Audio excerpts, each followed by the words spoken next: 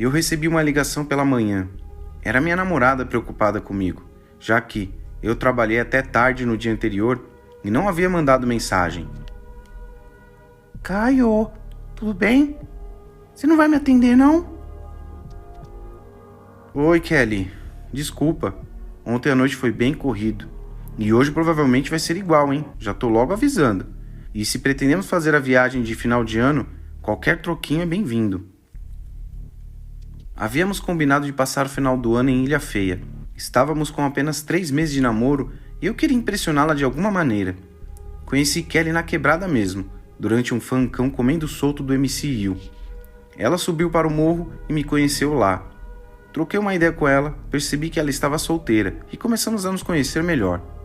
Nossa conversa sempre foi bacana, ela falando da vida e do estresse que passava com o pai por seu ciúme exagerado, mas parecia que ela estava ficando acostumada a conviver com isso. Mas eu não era assim não, 0 ciúmes. Se ela quer ficar comigo, fica, se não, a fila anda. Apesar de eu ter me acostumado a frequentar os bailes, minha casa fica no lado bacana da quebrada, então eu até poderia pedir dinheiro pro meu pai, mas não queria trabalhar e conquistar o meu, como sempre fiz e aprendi a fazer. Eu trabalho na pizzaria mais famosa da região, a 1400. Não conheço muito da sua história, mas reza a lenda que ninguém sabe exatamente quando essa pizzaria foi fundada, e eu me lembro de me lambuzar com suas pizzas de mussarela e frango com catupiry enquanto eu era mais novo, e comecei a acreditar que ela era antiga, quando eu vi meu avô comentando que adorava as pizzas enquanto era criança. Acho que até dinossauros devem ter comido lá pelo jeito. Nessa pizzaria é garantia de mais de 500 pedidos por noite, e eu conseguia fazer grande parte disso, e o melhor de tudo, toda a região pedia, logo, era garantia de muita gorjeta. A pizzaria não era muito perto de casa, entretanto, ficava próxima a uma região com grandes casas e mansões, justamente porque o padrão da clientela era elevado. Entretanto, todos pediam pizza lá. A noite estava chegando e eu já estava preparado para fazer as entregas, até que meu chefe, no balcão da pizzaria, virou e me disse: Ei, Caio, tá preparado para hoje? Tô sim, Fausto, e vocês? Todo dia enche de pedido e eu só vejo você no balcão para entregar. Os pizzaiolos aí dentro devem estar sofrendo, hein? Relaxa, aqui é uma pizzaria só de delivery, então a cozinha é preparada justamente para isso. E eles ganham bem também. Ah, é? Então me deixa virar pizzaiolo aí também, porra. Para de reclamar, Caio. Você vive ganhando gorjeta. Além do mais, eu não posso perder o meu entregador mais rápido. Ele tinha razão. Modéstia à parte, eu era rápido mesmo. Assim que sentei no banquinho para aguardar o primeiro pedido, o telefone já tocou. 4 pedidos simultâneos em uma região um pouco mais afastada. Eu, sem pensar, aceitei e fui fazer as entregas. As 3 primeiras entregas eram bem de boa. Já as últimas dos 4 foi justamente num apartamento, onde o cliente, sem empatia alguma, exigiu que eu o levasse até a porta da sua unidade. Eu gentilmente recusei, até porque a distância para nós dois era a mesma, e eu estava sendo pago para entregar, e não para fazer uma caminhada no meio da garoa. Depois de alguns minutos de espera, o cliente apareceu reclamando. Eu entreguei a pizza, pedi o código e segui com minha vida. Às vezes é foda ter que passar por isso. Em seguida, retornei novamente para a pizzaria. Fui bem rápido com as entregas e já estava pronto para mais, até que, ao me notar, Fausto deu uma risada e disse: Acabaram de pedir 20 de uma vez. Ah, tá zoando, Fausto. É sério? Não tô zoando, não. Será que cabe na moto? Ah, tenta apertar lá. Qualquer coisa, você faz 2 viagens, pois os outros entregadores estão mais longe e esse pedido é aqui da região. Eu imaginei que estariam fazendo uma festa. Só pode. 20 pizzas de uma vez, mussarela e frango com catupiry a rodo para todo mundo. Bom, não importa. Como era próximo da região, eu iria garantir uma provável gorjeta. Logo, coloquei metade do pedido na moto e saí em direção ao meu destino. Chegando no local, na hora abri um sorriso de lado. Era uma das mansões mais antigas de lá, e eu nunca havia entregue nada naquele endereço. Mas pelo tamanho do lugar, eu já sabia que eram as pessoas ricas e de que a gorjeta ia cantar pro meu lado. Então, peguei as caixas com todo cuidado e bati na porta, que estava com as luzes apagadas. O portão se abriu sozinho e me deu acesso a um caminho arborizado até a entrada do casarão, quando toquei a campainha e aguardei ser atendido. Fiquei alguns minutos esperando, até que a porta também se abriu, sozinha, e eu, andando em direção ao hall daquela casa enorme, notei que havia uma mesa grande iluminada por velas e deixei as pizzas lá e perguntei: "Olá, boa noite, tem alguém aqui?" A casa era muito bonita. Contudo, notei que havia poeira e vários móveis que estavam no local, dando a impressão de que alguém não estava ali há muito tempo, mas, apesar disso, era uma casa atual, com tecnologia em trancas e iluminação inteligente. Então, eu comecei a ficar incomodado. Boa noite. Eu trouxe o pedido. Se não tiver ninguém em casa, para que abriram a porta? Eu vou pegar as pizzas e vou embora, hein? Aguardei alguns minutos, já morrendo de medo, pois a luz estava ligada apenas através das velas sobre a mesa. Logo, as escadarias que davam acesso ao andar superior estavam engolidos pela escuridão, e eu sentia que havia alguém ali me observando, até que, alguns minutos depois, a porta se trancou e eu pude ouvir uma voz entre as sombras. E aí, parceiro? Chegou cedo, hein? E agora? Pra onde tu vai correr? Correr? Como assim? Quem que tá aí? Dando alguns passos à frente, estava lá, Loucão, um dos maiores traficantes da região, junto com mais 9 caras do seu lado. E aí, Loucão? Beleza, mano? Vocês que vão comer essas pizzas aqui? Caralho, que porra de frase foi essa? Às vezes no momento do medo e pavor, temos uma reação totalmente inusitada. Que porra que um traficante junto com alguns malucos, sendo um deles provavelmente um playboy que teve que emprestar a casa antiga dos seus pais, fariam ali comigo? Eu só precisava entender o motivo. Foi quando... Pode parar aí, comédia. Você sabe bem, mané. Talarico aqui morre, parceiro. Talarico? Eu? Mas a Kelly não tinha terminado, porra? Ao notar que eles sacaram alguns facões, eu comecei a correr pela casa, na esperança de não ter que morrer daquele jeito. Tu vai morrer gritando igual um porco, parceiro. Pega esse filho da puta! Eu corri por um corredor enorme e entrei na cozinha. Tudo era grande e confuso demais. Então, me escondi do lado da máquina que lava louças e comecei a notar eles brincando e se dividindo à minha procura. E o pior, estavam com lanternas nas mãos, justamente para me dar medo antes de eu morrer. A minha sorte era que o cara que entrou na cozinha não era o dono da casa.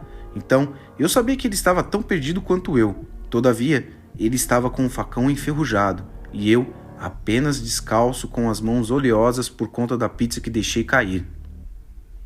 Segurei minha respiração e ele passou sem me observar, mas eu sabia que em pouco tempo outro iria entrar na cozinha e iria me encontrar. Então, resolvi agir e, inclusive, precisava infelizmente matar para sobreviver. Logo, eu precisava pelo menos eliminar o dono da casa, para que eu pudesse ganhar tempo e achar um esconderijo que me desse a sobrevivência. Eu me agachei, passei por baixo da mesa e fui para o cômodo seguinte e, para o meu azar, notei que quem entrou lá estava com a lanterna mais bem direcionada, ou seja, era a porra do dono da casa. Contudo, para minha sorte, a lareira ficava do meu lado. Assim que ele virou sua lanterna para a lareira, usei o ferro que separa carvão para acertar sua cabeça. Ele caiu na hora no chão. Como o cômodo era grande, ninguém escutou o barulho. Logo, eu troquei de roupas com ele, peguei sua lanterna e seu facão, para minimizar a identificação fácil de quem estava em seu lugar. Eu saí do cômodo e fui até o segundo andar. Precisava me movimentar com a lanterna e sempre direcionar ao rosto de quem estava perto de mim, para evitar com que eles me vissem.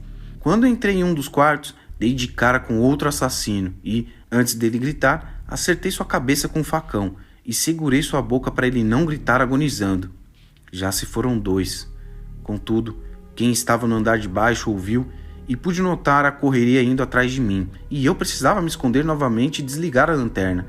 Tive que entrar no guarda-roupas, pelo menos ali era possível enxergar o que estava acontecendo e, no pior dos cenários, eu iria morrer lutando. Enquanto eu assistia eles brigando entre eles por ter um corpo no chão, Loucão pediu para acender as luzes, mas nenhum deles sabia onde ficava o interruptor de energia. Até que, das sombras escondido no quarto, saiu uma figura alta e com uma meia na cara, segurou um dos bandidos e empalou com o facão que há pouco estava no chão. Todos eles correram dali, desesperados, pois não sabia mais como sair de lá. Estavam na mesma situação que eu agora, e eu não queria agradecer aquela figura. Me mantive calado observando ele saindo do quarto com passos lentos em busca dos outros bandidos. Fiquei ali por algumas horas, escutando gritos e gritos no andar de baixo, mas eu também estava escutando que aquele ser estava entrando em quarto e detonando todos os cômodos em busca de mais. Logo, eu precisava me mover. Eu desci as escadas correndo e retornei para a cozinha e, o trajeto, vi corpos por todos os lados, até de Loucão, que estava com a boca aberta e o facão no meio da cara. Foi aí que eu notei duas coisas. A primeira, eu era o último sobrevivente. E a segunda é que agora o ser começou a correr. Corri o mais rápido que pude na cozinha e, ao notar uma brisa saindo debaixo do fogão, eu o empurrei e achei uma entrada de aço e desci. Assim que desci, escutei a porta de ferro sendo trancada. Ou seja, ele me deixou ali para morrer. Eu fiquei desesperado, gritava por socorro, mas nada adiantava, até notar que havia um pequeno buraco que dava visão à entrada principal da casa. Foi quando notei que o ser alto e raivoso estava de frente a um carro que eu conhecia bem. Era o carro do pai de Kelly, que entrou e saiu sem remorso algum em me deixar morrendo debaixo de uma cozinha de uma casa parcialmente abandonada. Estava tudo muito escuro, mas eu ainda estava com a lanterna em minhas mãos. Logo, resolvi olhar para baixo e notei que aquilo era um corredor que dava acesso a algum lugar. Eu segui em direção, o medo já me consumia por completo e a lanterna começava a falhar por conta da bateria, até que, ao notar uma luz no fim do corredor, eu desliguei a lanterna e caminhei com mais cautela. Ao chegar no local, fiquei abismado com o que vi. Era outra cozinha enorme, com um fogão grande, ingredientes pela mesa e dois homens conversando. Um deles era Fausto e o outro o pai de Kelly. E aí, quantos vocês conseguiu coletar hoje? Porra, Fausto, hoje foi bom, hein? Obrigado. Peguei logo os 2 filhos da puta que estavam de gracinha com o meu bebê. Imagina, me agradeça depois. Eu acabei saindo na desvantagem, hein? Um deles trabalhava bem, mas começou a perguntar demais. Também. Você e essa sua família de loucos aí, venerando religião antiga e tudo. Eu só pago para coletar e fazer pizzas, não para reclamar. E olha que você tem um dos maiores salários do bairro. É para isso que eu vivo. Ok, pode ir. Vou arrumar minhas coisas e já podemos ir. Fausto, só tem uma coisa. Eu acho que um dos seus parentes estava no meio, hein? Eu tenho tantos parentes e casas espalhadas pela região que eu mal conheço. Assim que eles conversaram, eu fiquei ali, tentando processar o que eu vi. E notei que nem Fausto sabia desse corredor secreto. Então, saí lentamente enquanto ele estava abaixado pegando suas coisas e acertei sua cabeça sem pena alguma. Ele caiu ainda vivo, pois eu o atingi com o lado contrário do facão e ficou gemendo no chão. Então, eu comecei a analisar a cozinha do ambiente.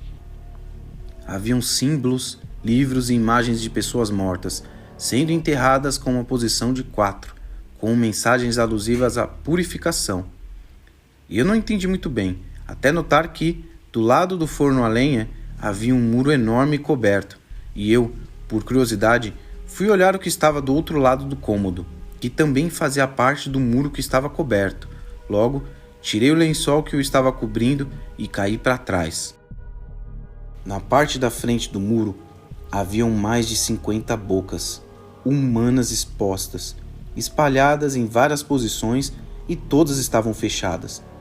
Foi uma cena horrível, até eu notar que, do outro lado, que ficava próximo ao forno, também estava com a parede espalhada, de anos.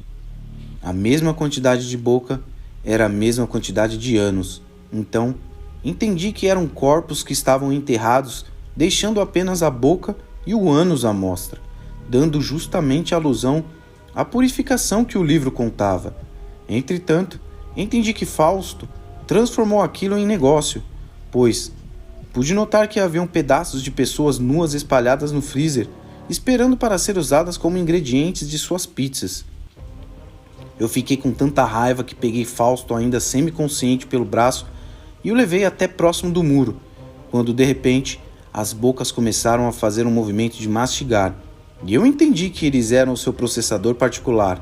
Então, empurrei Fausto na parede, que foi mastigado em meio aos gritos, e do outro lado, pude notar que o seu corpo foi triturado, processado e transformado em várias tiras, pronto para ser usado como ingrediente. Mas eu já tinha algo em mente. Depois desse episódio, passei a entender o porquê o pai de Kelly se recusava a pedir pizza onde eu trabalhava. Além de também trabalhar lá, ele já sabia da procedência da culinária.